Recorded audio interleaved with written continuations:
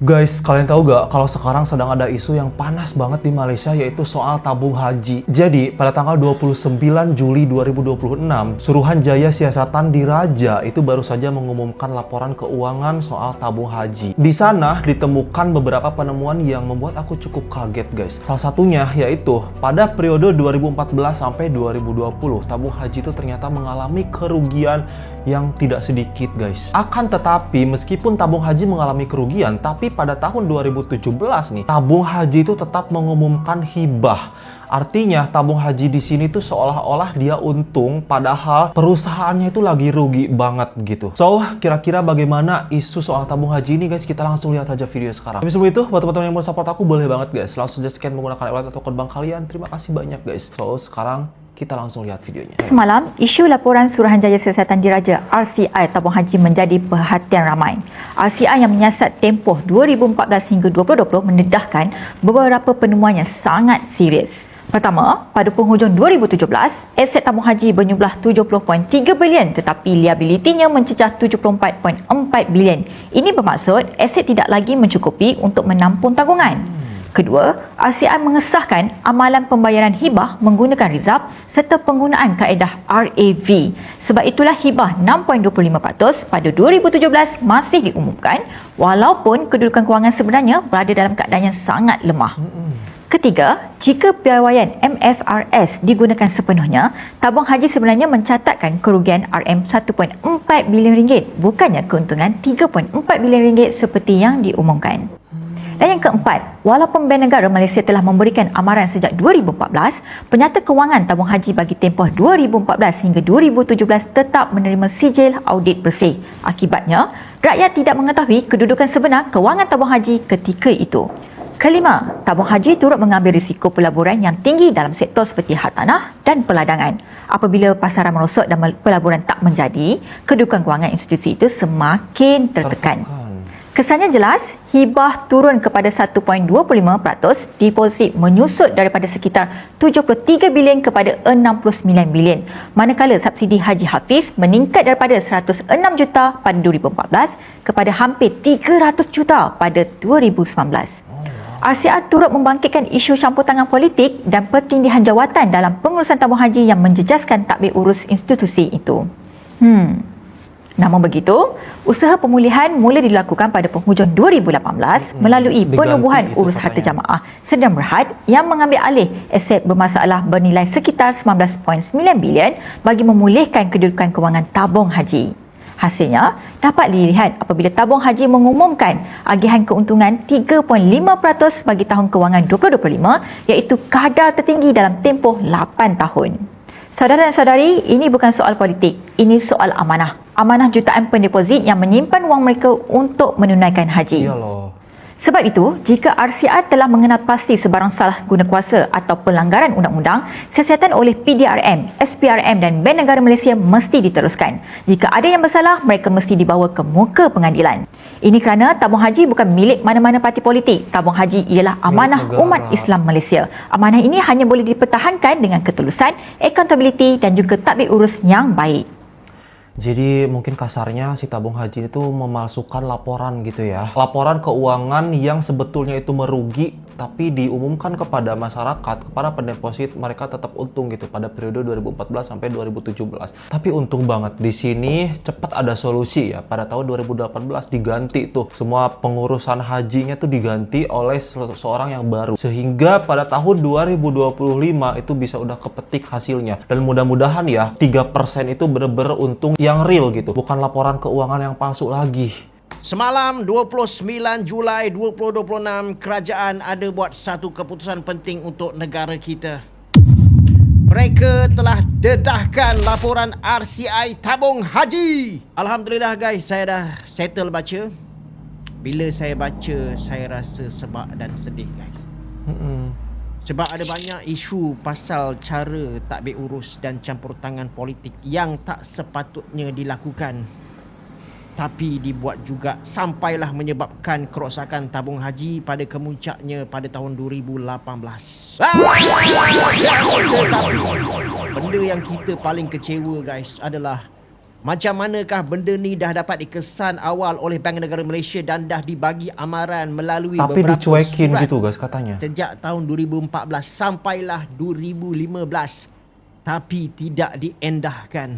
Kalaulah kita boleh pusingkan balik masa dan pengurusan tabung haji pada masa tu at least buat something, taklah tabung haji jadi rosak pada kemuncaknya pada tahun 2018.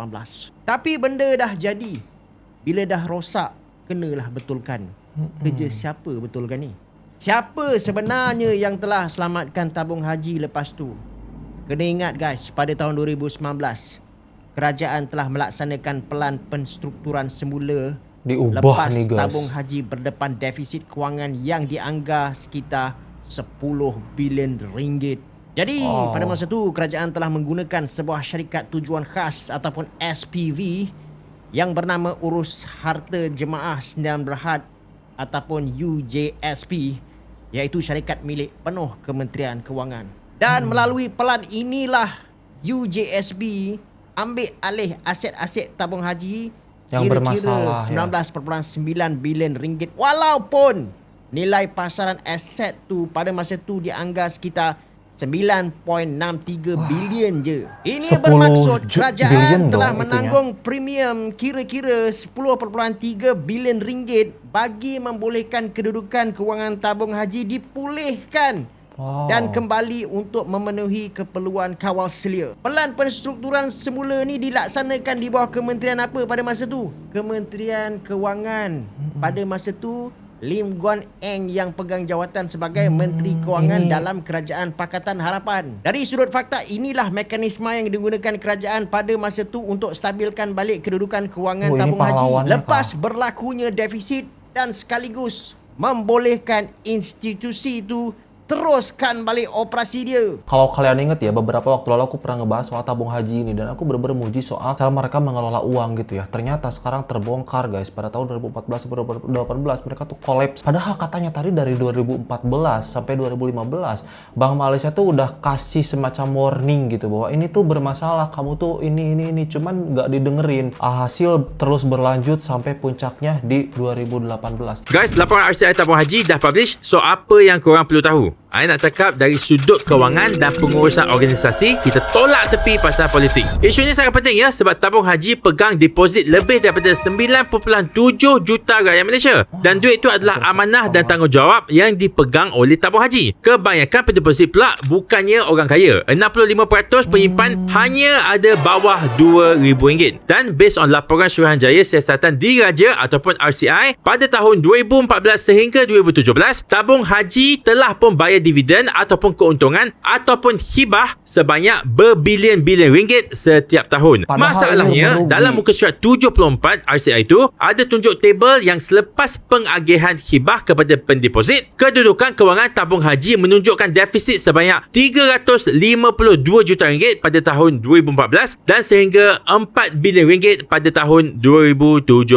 Benda ini bercanggah ya dengan Akta Tabung Haji yang menetapkan hibah hanya boleh diagihkan apabila jumlah aset melebihi liability. Dan data ini disokong dan dibentangkan oleh PwC, which is one of the big four dalam audit firms di dunia. Nak mudah faham, I bagi contoh lah. Tabung haji contohnya ada aset sebanyak 100 bilion ringgit. Tetapi duit pendeposit adalah sebanyak 105 bilion ringgit. And just for your information ya, dalam penyata kewangan, deposit kita ni kepada tabung haji adalah liability tabung haji kepada kita. Sebab kalau kita nak keluarkan duit tu daripada tabung haji, dia kena bagilah. Jadi bayangkan, kalau 105 bilion ringgit duit kita ni, kita minta keluar, tolong keluarkan. Kita orang nak withdraw, nak pergi jalan-jalan, nak pergi menunaikan haji ke. Tetapi tabung haji hanya ada aset sebanyak 100 bilion ringgit saja. So 105 bilion tolak 100 bilion, ada baki 5 bilion. Mana tabung haji nak dapat 5 bilion tu? Itulah isu dia sekarang. Bila tabung haji bagi hibah kepada pendeposit dalam keadaan aset tabung haji kurang berbanding dengan liability dia, benda ini akan menyebabkan jurang aset dan liability itu menjadi semakin besar dari tahun ke tahun. Dan ini belum lagi masukkan lagi isu pasal penilaian aset tabung haji itu, pemberian bonus di kalangan pekerja-pekerja tabung haji dan juga director-director dia, penjualan aset-aset dan macam-macam lagi yang I akan buat dalam series video yang lain supaya korang semua boleh faham. Tetapi I nak beritahu yang for now I nampak pengurusan dan performance tabung haji memang dah kembali pulih sedikit demi sedikit sejak tahun 2018 onwards lah.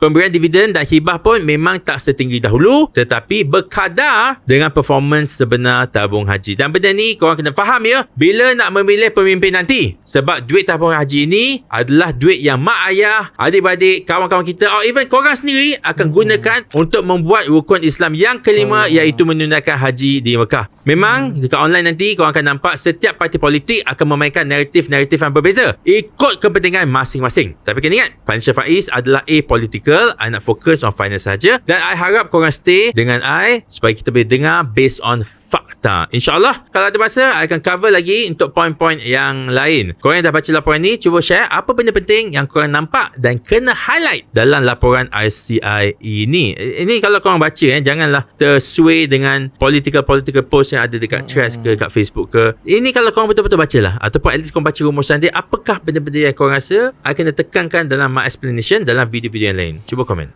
Jadi guys, aturannya ya, sebuah perusahaan atau sebuah saham nih bisa memberikan dividen atau keuntungan kepada para pendepositnya jika si perusahaan itu tuh sedang sehat, sedang untung. Kalau sedang merugi, bagaimana mau ngasih? Ini kan lagi rugi. Tapi tabung haji ini justru tetap memberikan gitu dividen dan besar. Jadi semakin tahun masalahnya tuh semakin menggulung, menjadi gede. Dan itu disebut snowball, masalah yang semakin besar gitu. Dan untung aja ya, tabung haji gak sampai kolaps bener-bener hancur banget karena pemerintah di sana gercep gitu, gerak cepat untuk kembali lagi merevisi dan memperbaiki struktur yang rusak, sehingga alhamdulillah banget udah pulih gitu sedikit demi sedikit. Tabung haji hampir tersungkur. Bukan Daus cakap, PMX sendiri yang cakap. Laporan RCI tabung haji baru jadi buka minggu ni, 211 halaman. Adakah duit tabung haji dicuri atau dana diseleweng? Daus ringkaskan poin penting dalam bahasa yang paling senang faham. Kalau korang belum tahu, RCI bermaksud Suruhanjaya Siasatan Diraja, satu siasatan rasmi. Laporan ni dipengerusikan bekas Ketua Hakim Negara Tun Menderaus Sharif, dan ia periksa pengurusan tabung haji dari 2014 hingga 2020. Ia disimpan hampir 4 tahun, baru dibuka kepada umum oleh JAKIM pada 29 Julai. Parlimen akan bahas dalam sidang khas 11 Ogos. Jadi apa sebenarnya yang terjadi? Jawapan ringkasnya begini. Bayangkan korang bagi duit raya setiap tahun, banyak. Semua orang gembira, tapi duit tu bukan dari gaji majikan. Ia dari duit tabung korang sendiri. Tahun pertama okey, tahun kelima tabung tu kosong. Sekarang zoom out sikit. Bayangkan satu tabung simpanan sekampung. Setiap bulan orang kampung masukkan duit sebab mereka nak pergi haji. Ada jawatan kuasa yang jaga tabung tu. Hujung tahun jawatan kuasa umum bonus, semua orang gembira. Tapi ada satu masalah. Untung sebenar tahun tu tak cukup nak bayar bonus sebesar itu. Jadi apa mereka buat? Mereka ambil sikit dari duit pokok orang kampung, campur, panggil ia bonus. Tahun pertama tiada siapa perasan.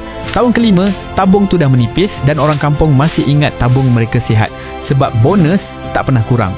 Nak tahu betapa besar jurangnya? Tahun 2017 tabung haji lapor untung 3.4 bilion ringgit, tapi bila akauntan PDC periksa ikut piawaian perakaunan penuh, angka sebenar ialah rugi 1.4 bilion. Beza hampir 5 bilion ringgit antara apa yang diumum dan apa yang sebenarnya berlaku. RCI sendiri panggil amalan tu perakaunan kreatif.